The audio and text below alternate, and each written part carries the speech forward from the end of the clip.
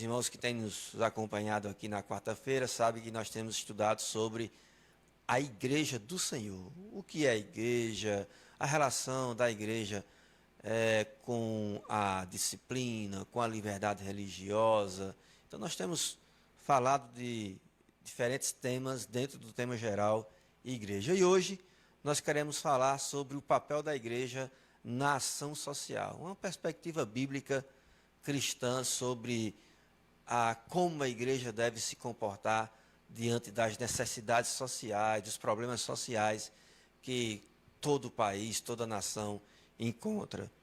É importante a gente entender e enxergar a realidade onde nós estamos vivendo, porque essa sociedade que a gente vive, ela é marcada pela desigualdade, pela fome, pelo abandono, pela violência, pela desesperança, pela discriminação. Então nós vivemos em um mundo que sofre em consequência do pecado dos nossos primeiros pais, sofre em consequência dos nossos pecados, das más escolhas que as pessoas em particular fazem, como também dos que nos governam. E diante desse contexto, nós devemos perguntar qual o papel da igreja diante de tantas calamidades enxergadas assim, tão próximas da gente. A missão da igreja é apenas pregar? A missão da igreja é apenas ensinar o evangelho de maneira oral, textual? Existe espaço para a ação social na missão da igreja? E os irmãos sabem que a resposta é sim. Compaixão e graça é uma marca da igreja do Senhor. Eu sei que alguns dizem, né, que a igreja ela se caracteriza como um centro de ação social, que é um extremo, porque Deus não chamou a igreja, Cristo não vocacionou a igreja para solucionar os problemas do mundo, né, da fome, do abandono, da discriminação. Então nós somos conscientes de que a missão da igreja não é tornar o mundo sem problemas. Não, na verdade nenhuma instituição consegue resolver todos os problemas que existem na existência humana. Por outro lado, tem um discurso que aponta para uma espiritualidade distante da realidade humana. Ou seja, há dois extremos que nós temos que evitar. A igreja não é um centro de ação social e a igreja também não deve ser uma comunidade focada apenas na espiritualidade, na relação entre a pessoa e Deus. Nós devemos rejeitar esses extremos. O extremo do assistencialismo e o extremo do espiritualismo. Espiritualizar todas as coisas sem suprir, sem mostrar amor e misericórdia para com os que sofrem. Então a igreja ela não foi apenas chamada para alimentar os corpos, nem apenas para falar às almas. A igreja do Senhor ela proclama o evangelho e manifesta os efeitos do evangelho sobre a vida das pessoas, tanto das pessoas que creem, como daquelas que convivem com pessoas que creem. Lá em Atos capítulo 2, 42 até 47, que é um texto clássico que fala sobre a história da igreja, o nascimento da igreja, ou como viviam, né, os primeiros cristãos. Lá em Atos 2 e 42 diz o seguinte, descreve o seguinte: eles perseveravam na doutrina dos apóstolos e na comunhão, no partir do pão, nas orações. Em cada alma havia temor, e muitos prodígios e sinais eram feitos por intermédio dos apóstolos. Todos os que criam estavam juntos e tinham tudo em comum. Vendiam suas propriedades e bens, distribuindo o produto entre todos, à medida que alguém tinha necessidade. Diariamente perseveravam unânimes no templo, partiam pão de casa em casa e tomavam as suas refeições com alegria e singeleza de coração, louvando a Deus e contando com a simpatia de todo o povo. E enquanto isso, o Senhor acrescentava-lhes dia a dia os que iam sendo salvos. Aqui é um texto clássico, como eu disse, para entender como viviam os primeiros discípulos. e quais as marcas, né, de uma igreja saudável. A igreja saudável é uma igreja que ela persevera no ensino dos apóstolos, ela promove comunhão, não é aquela pessoa, não é aquele grupo que apenas vai para o ritual e vai embora depois, tem vínculo entre si, parte o pão e também ora. E o curioso é que nesse contexto aqui, a igreja, os cristãos convertidos, estavam em Jerusalém, eles vieram para a festa do Pentecostes, a festa do Pentecostes acabou, houve a descida do Espírito Santo, eles permaneceram lá em Jerusalém, e você sabe que quando você faz uma viagem e não calcula bem, as finanças vão embora, né? Você tem que ter algum recurso para permanecer naquele lugar. E o que foi que aconteceu? Os que se converteram ficaram tão satisfeitos e felizes com o que estavam vivendo que permaneceram em Jerusalém. E quando começou a surgir as necessidades, aí sim, aí a igreja, a comunidade que estava ali avivada, alguns venderam seus bens, repartiram entre si para que a comunhão permanecesse. Então você já percebe aqui, né, um ato da igreja diante da necessidade dos irmãos. É o que o texto diz no versículo 45, né, vendiam suas propriedades e bens, distribuindo o produto entre todos, à medida que alguém tinha necessidade. Então a gente percebe que suprir a necessidade dos irmãos faz parte da igreja do Senhor. Ora, o nosso Deus, meus irmãos, é um Deus que tem seu caráter misericordioso, compassivo. Deus, ele não ignora a necessidade do homem, necessidade física, emocional. É tanto que Jesus mesmo, ele multiplicou pães e peixes. Jesus mesmo, ele curou as pessoas enfermas. Então, vejam que o cuidado com o corpo, com a saúde, com a vida do outro, e não apenas com a alma e com o espírito, faz parte da missão da igreja e, claro, também está genuinamente no coração de Deus. O próprio Senhor, ele revela nas Escrituras que ele é o Deus que defende o órfão, a viúva, o pobre e o estrangeiro. Mas, pastor, quem é o órfão, a viúva, o pobre? Por que o órfão, a viúva, o pobre e o estrangeiro? Porque eram classes de pessoas excluídas, passavam necessidade. Pense comigo, o órfão é aquela pessoa que não tem pai, nem mãe, não tem familiar. Então, Deus diz que ele é o Deus do órfão, ele é o Deus que vai cuidar, vai ser o pai do órfão. E a viúva é aquela mulher que perdeu o esposo, que não tem filhos maiores que possam dar suporte a ela. Então Deus vai ser o provedor dessa mulher. O pobre, o carente, devido a alguma situação na vida, ou até mesmo de escolhas pessoais que o levaram à pobreza, Deus também enxerga a necessidade do pobre e também do estrangeiro. Aquela pessoa que está em uma nação que não é a sua, que não tem vínculos, que às vezes tem dificuldade de trabalhar, e, enfim, Deus olha para aquela pessoa. Lá no Salmo 68, versículo 5, diz que pai de órfãos e juiz de viúvas é Deus em sua santa morada. Então, Deus dos altos céus, ele vê a necessidade daqueles que sofrem. Então, a misericórdia não é uma invenção moderna, humana. A misericórdia, ela é um atributo divino. O cuidado para com as pessoas é mostrado por Deus desde o Jardim do Éden, né? Quando Adão e Eva pecaram, viram que estavam nus, fizeram para si roupas com folhas que não cobriam o corpo inteiro, e o próprio Deus aparece, pergunta onde Adão está e faz roupas de pele de animais para protegê-los ali. Como eu disse, o próprio Cristo, ele também demonstrou compaixão concreta. Ele pregava, mas também alimentava famintos, cuidava e curava de leprosos, acolhia pessoas marginalizadas, como os publicanos, como também as meretrizes, as prostitutas que existiam na época. Jesus, ele, diferente do judaísmo, que desprezava essas pessoas, especialmente devido às práticas imorais em que eles estavam. Inclusive, alguns sofriam em decorrência dessas práticas imorais. Mas ainda assim Jesus levava a palavra, o cuidado para com essas pessoas. Lá em Mateus 9:36 tem um texto muito bonito, né, que Jesus ele olha para a multidão que estava seguindo ele, e o texto diz que, vendo ele as multidões, compadeceu-se delas.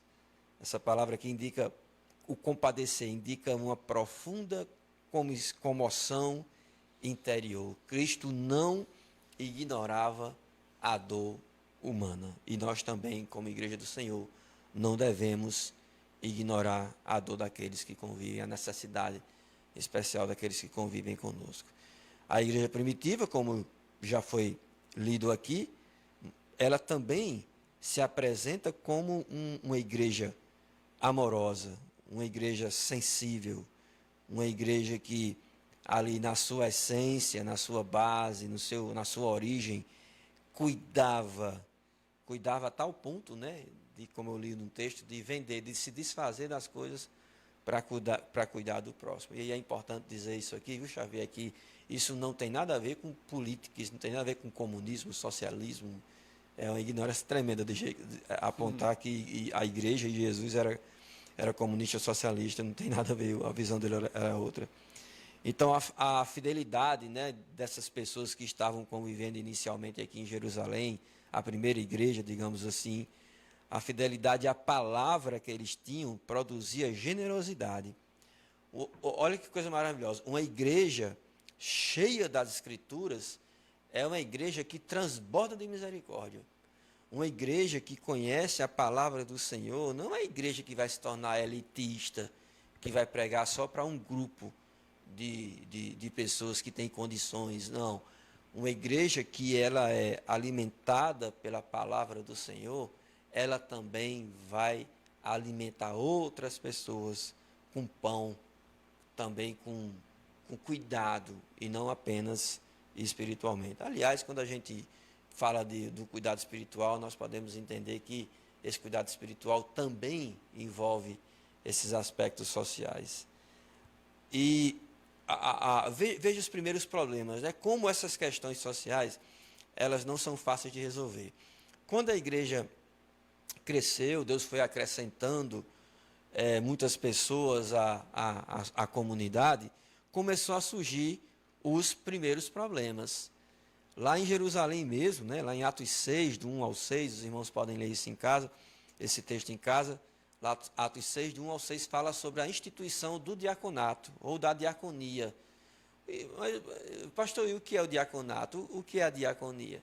A diaconia é uma função que Deus estabeleceu, por meio da orientação aos apóstolos, para escolher pessoas com a missão de cuidar das necessidades sociais da igreja. Isso aconteceu lá, está descrito lá em Atos 6, essa inauguração da diaconia, porque havia o cuidado com as viúvas, e os que estavam distribuindo os alimentos priorizavam as viúvas judias, as viúvas que já tinham uma raiz religiosa, digamos assim, étnico-religiosa.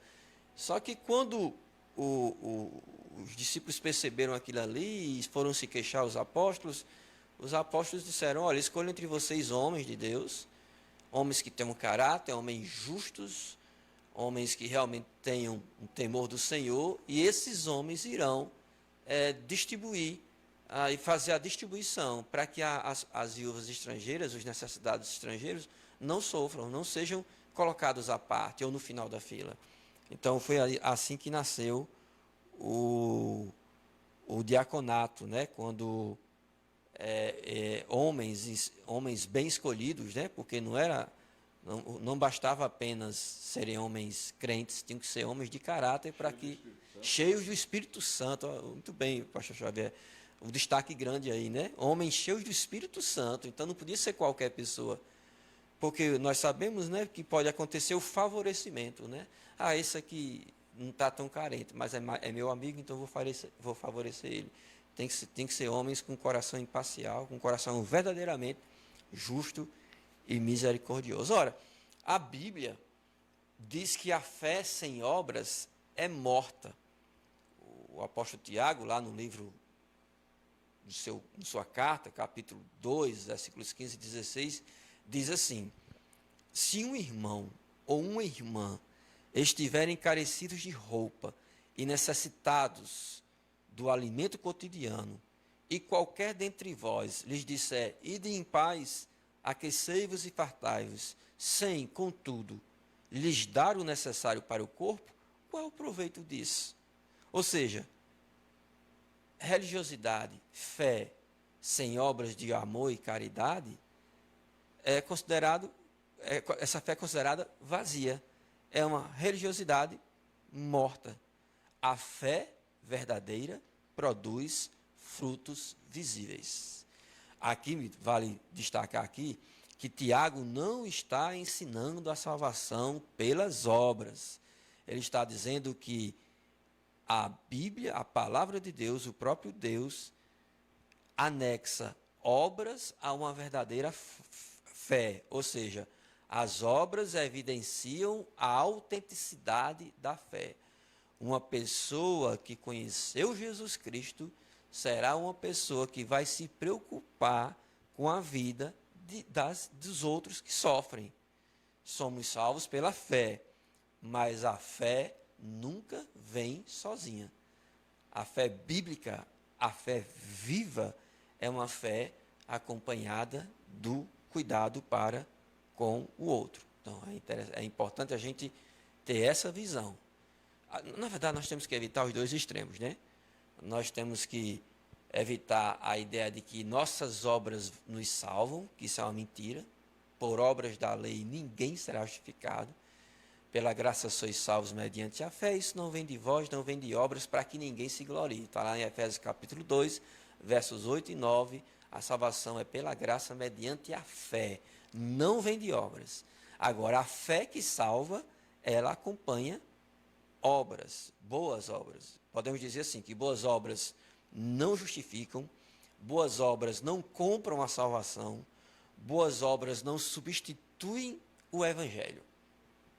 Precisamos afirmar isso, para que a pessoa não se limite a pensar que, por ela praticar atos de bondade, ela tem a passagem garantida para os céus. Isso não é verdade. Suas boas obras, que você pratica, por exemplo, na Semana Santa, toda Semana Santa eu distribuo cesta básica, eu dou remédio, daqui a acolá eu ajudo uma pessoa financeiramente.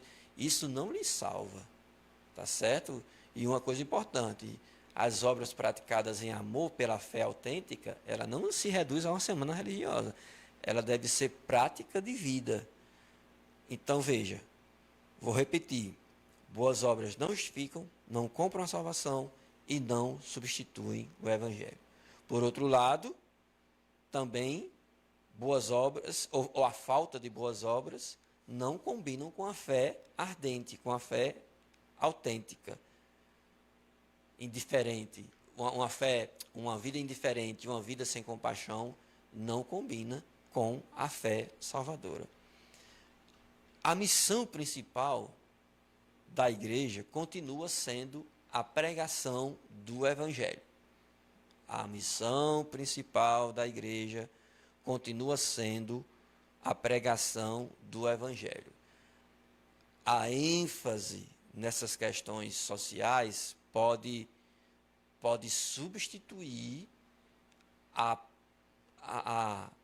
prioridade do Evangelho. Tomem cuidado com isso, tá certo? A maior necessidade do homem não é apenas econômica. Não é econômica. A maior necessidade é espiritual. A pobreza material é algo grave, mas a condenação eterna é ainda mais séria. Uma igreja ela pode distribuir alimento e ainda assim falhar em sua missão, se não anunciar a Cristo. Eu acredito que era o saudoso pastor Salvador que contava isso, né? Ele dizia que, olha, digamos que você encontrou uma pessoa em situação de rua, em situação de necessidade, e você traz essa pessoa, você banha, você dá roupas novas, alimenta, dá um banho fashion aí, né? Tá lá a pessoa, corta cabelo, deixa ela com um visual saudável. Você alimenta essa pessoa, você depois oferece um curso profissional a essa pessoa para ela desenvolver uma profissão, você escolariza, você consegue um emprego, aí essa pessoa começa a trabalhar,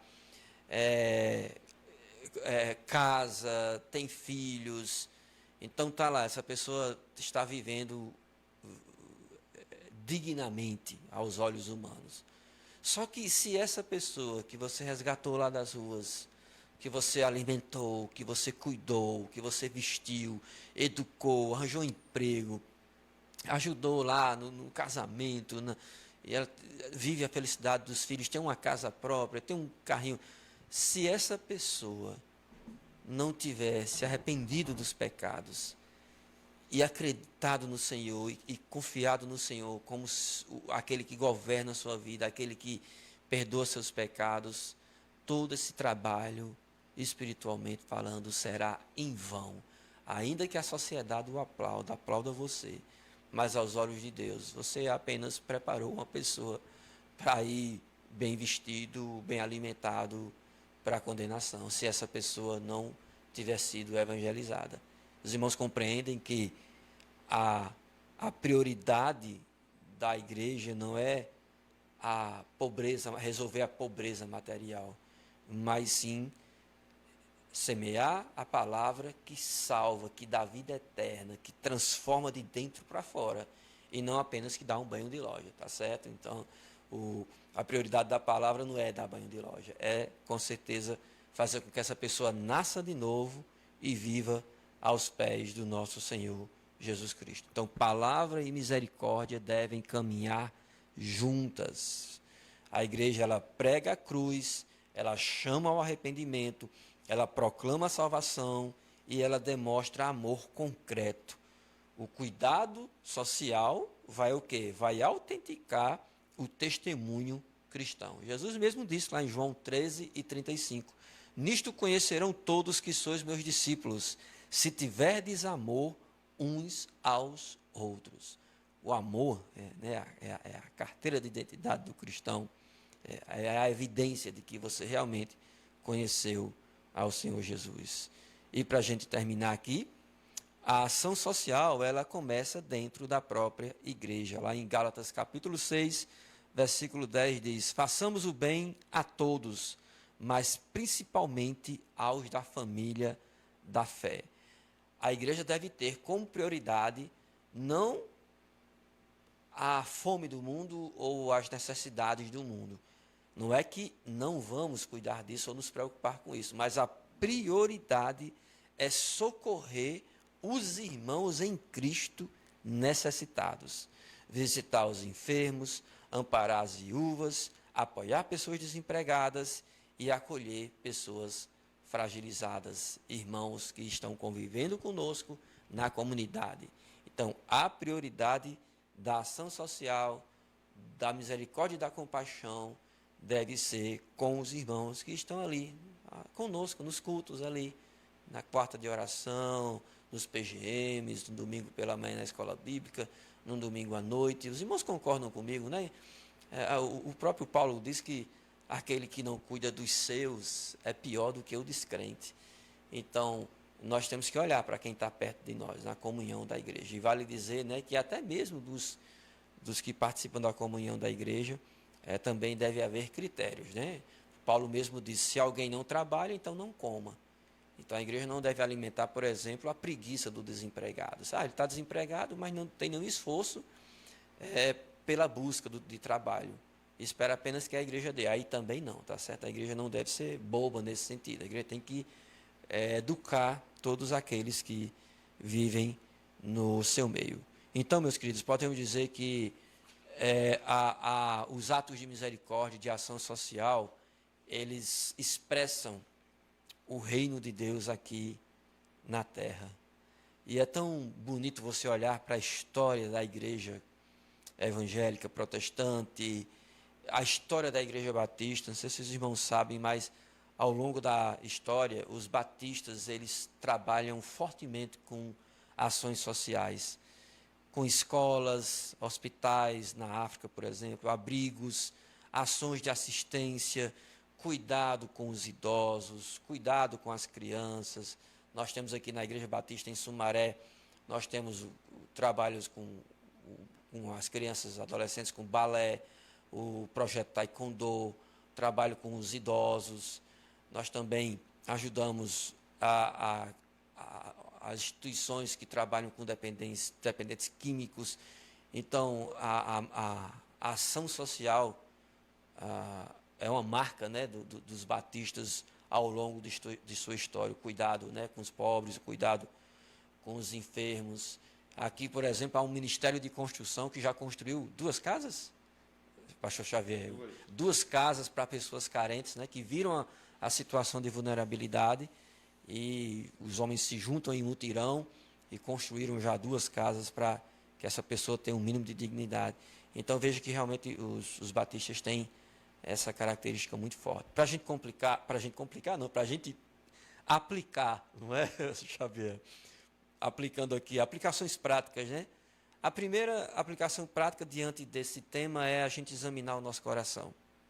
É se perguntar se estamos sendo sensíveis à dor do próximo, ou se a nossa espiritualidade é apenas intelectual.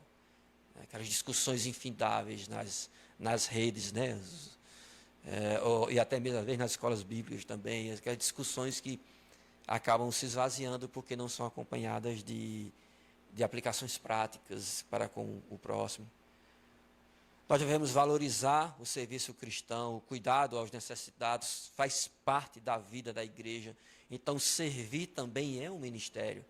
Quando você cuida do próximo, você adora a Deus. Claro, devemos servir com equilíbrio. A igreja não pode se tornar, como eu disse, um centro de ação meramente social. Por outro lado, não deve ser apenas um lugar de discurso de amor sem prática. A igreja tem que equilibrar. A igreja tem que, sobretudo, pregar a palavra do Senhor e, posteriormente, cuidar, ou junto, cuidar daqueles que sofrem. Claro, sempre dando destaque à missão de evangelizar o mundo. Deus nos aconselha a usarmos nosso tempo, nos orienta a usarmos nosso tempo, nossos dons, o dinheiro, a influência para servir pessoas que carecem, a servir pessoas a pessoas necessitadas, e não a construirmos reinos para nós mesmos, enquanto o nosso irmão do lado sofre. Não que riqueza seja pecado, é o amor à riqueza que é o pecado. E claro, lembrar, esse texto aqui, essa mensagem nos faz lembrar do exemplo de Cristo, que mostrou, né, que o evangelho que ele trouxe não era apenas um evangelho no discurso, era um evangelho que foi demonstrado em amor. A história de Jesus é uma história de amor, é uma história de doação, é o amor ágape, aquele amor que envolve renúncia para consigo mesmo e doação ao outro. Então que Deus nos abençoe, que a igreja entenda, né, que deve andar com a Bíblia em uma mão e a misericórdia, a compaixão, a graça, né, na outra mão. Vamos orar.